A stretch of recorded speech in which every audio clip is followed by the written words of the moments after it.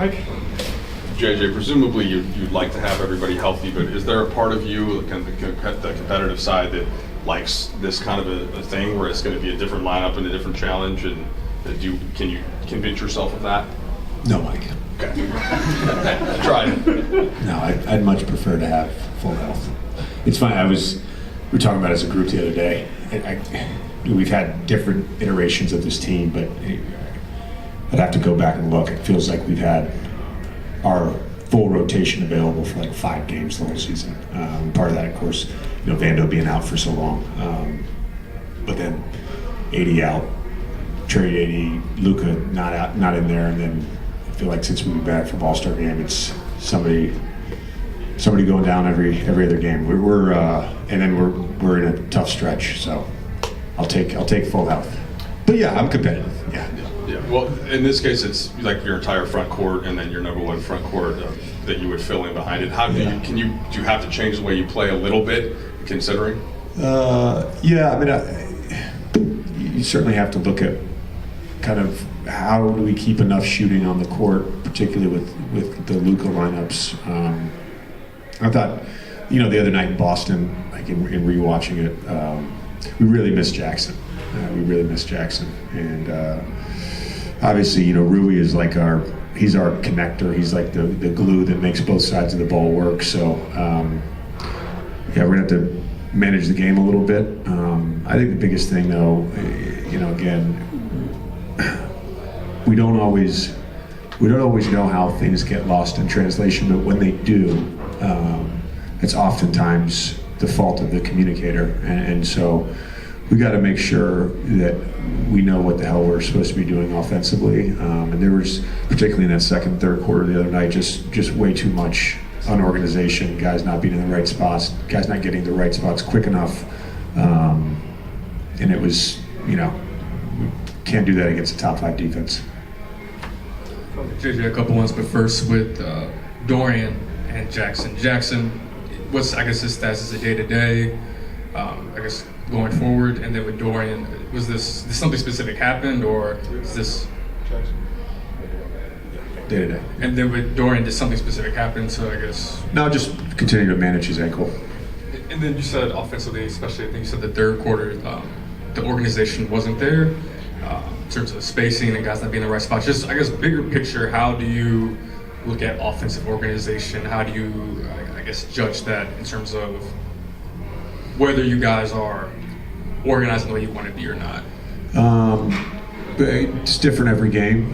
And a lot of times it's dependent upon what type of coverage we're going to face. You build your offensive packaging around that. We're not going to run a ton of 77 against teams that red down the line. You don't do that. So I think I'm excited. Just talking with the staff, we've got some good off-ball stuff, some good movement stuff, and we've had a lot of success. And whether it's been AR coming off, LeBron coming off, Luka coming off, and similar to what we've done throughout the year is just kind of now making it a play and making it, not an ATO. And so tomorrow, first opportunity in a while to practice, so we'll hopefully have some off-ball stuff in just for when we get a little bogged down. But the biggest thing for organization, to really clarify on your question, it's really just knowing who and what we're trying to attack, and then the rest of the guys being in the right spots, particularly against switching defenses. JJ, with the personnel that's out for you guys tonight, Cam Reddish is a guy who hasn't played since, I think, January. Is that something that you could be looking to in this moment here? Yeah, everybody's got to be ready every game to play. And Dan had an item in his story today on Markieff that the Mexican Cleaver potentially could return before the playoffs. Where does the organization kind of view him, where his injury progress is since he arrived from Dallas? Yeah, I haven't got an update on Maxey, just other than where he's progressing in terms of being out of the boot, and he changed his boot a couple weeks ago, started doing form shooting, so he's still a ways to go. I don't think there's a firm timeline on that. JJ, it's small sample size, and it's often come against second units, but the Luka on, LeBron off numbers for you guys have been pretty positive so far in the 11 games. What have you seen during those stretches that you can kind of extrapolate into larger sample over the next week or two or however long?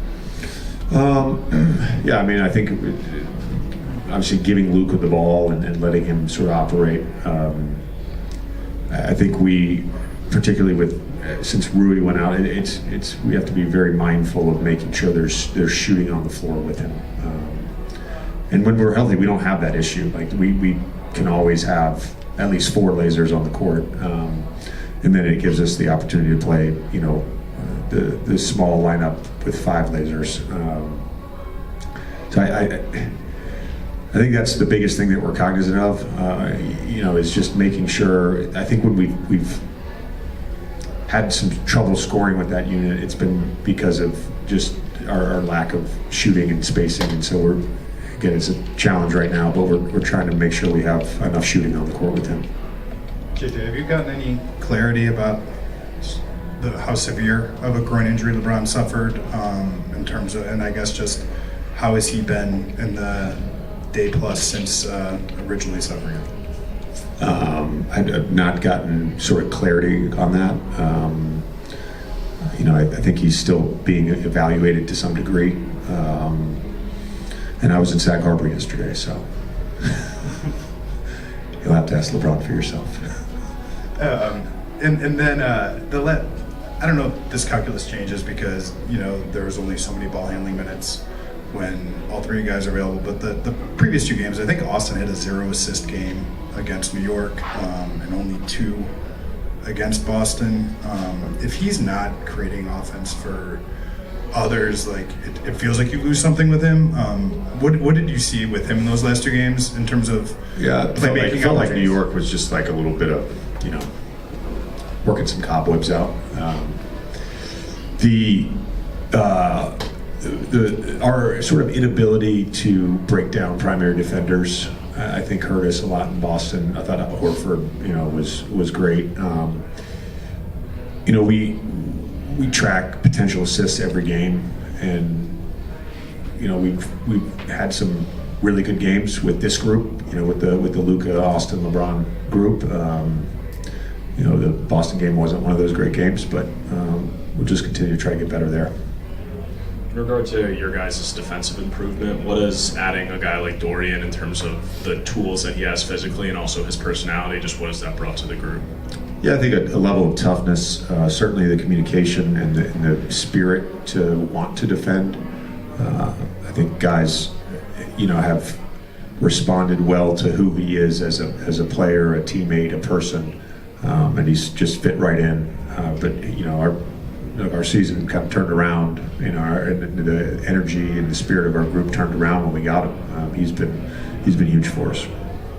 JJ, here. There was, of course, a lot of attention after the Luka trade about the fact you guys were teammates in Dallas. You also had Jaxson in New Orleans. Mike Dunleavy's played for a couple of years with Jimmy Butler in Chicago. What does a past playing experience kind of generally benefit to a coach or a manager, in your opinion, now having gone through it for a couple of weeks? I think there's built-in trust. I think that's the biggest thing, particularly if you got along with your teammate, which I got along with my teammates. So I think Jaxson, the first month of the season, dude, this is so weird. He just kept saying that. This is so, I can't believe it. I think he's gotten used to it. But it's that there's that inherent level of trust already built in.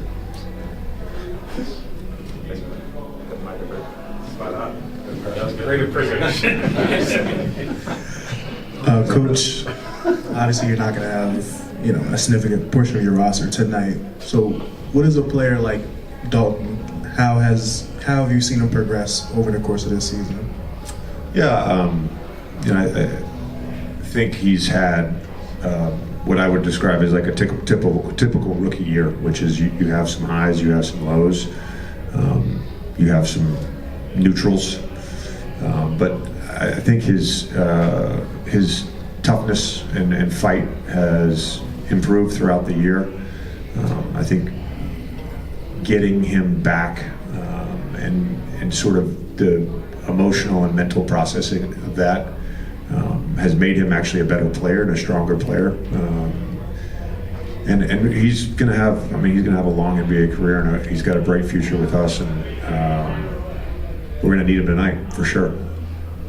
JJ, I'm curious about all the peel switching you guys do and sort of the execution and communication that the guys have been able to execute, like when doing that.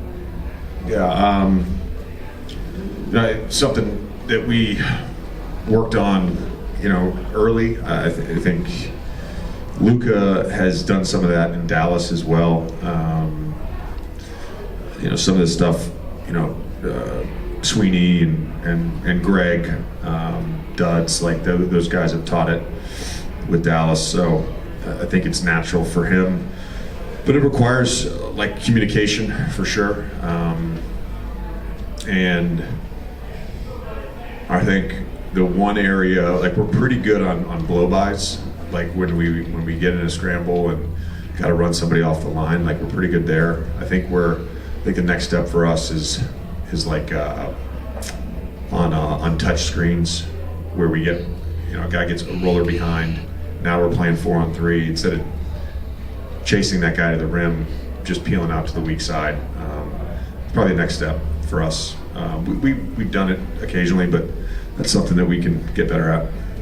Over the last 2 months, the Nets have forced a ton of turnovers and been very aggressive playing pick and roll on defense, but have given up a lot of offensive rebounds because of it. Is there any part of you that kind of accepts that you may have some more turnovers tonight and tries to offset it with rebounding, or do you view those as two separate kind of categories of possessions? No, it's one of the emphasis for this game is taking care of the basketball.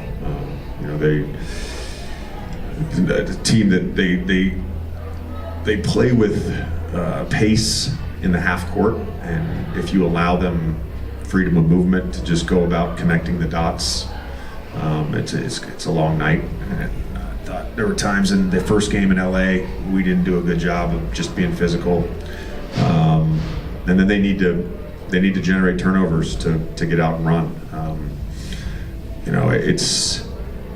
It all goes back to just creating pace both in the half court and full court, and if we can set our defense and be physical, that'll be big. As far as the offensive rebounds, I think our effort offense is something we talk about every game. That's no different tonight, particularly with some of our bench guys that we've given them that challenge. Trey, Vando, and Goody, and Doe when he's in the lineup. So we'll expect them to do that again tonight. For however long LeBron. This is the longest. Good. I'm hurt. You don't want to hear my question, do you? For however long LeBron is out, what's the conversation like with Luka? Is there what I need you to do? What don't be LeBron and Luka at the same time? What is the expectation? I don't think there's a conversation that needs to be had around that. I think Luka is Luka, and we're not asking him to do anything or be anyone that he's not. I think we're also not asking the other guys to step up and be someone they're not. We have enough firepower with Austin and Luka as shot creators, and we'll do our best to have shooting out there with them. Good. Last one. Bye-bye. Hey, JJ. Hey, Howard. You gave up a nice, cushy media job to do this coaching thing. I don't want to overstate the cushiness, but hanging out with Mike Breen and Doris versus the grind of this, the travel, the stress, everything else. To the extent that I assume it's been worth it, what about it has been worth it? And have there been any nights along the way where you thought, man, what did I do with this trade? Not a single one. When my workday gets done, I'm excited for the next day. Mike and I were actually talking about it the other night after Boston. He sent me a nice text, but something I felt very deeply in my soul last spring, that I was supposed to be coaching, and every experience so far has reinforced that. Even the bad, tough days. Those are inevitable in an NBA season. So I love it all, and I want to be clear too. I didn't have a cushy job. All right. I was grinding. I had like 4 jobs. Thanks, Coach. Thanks.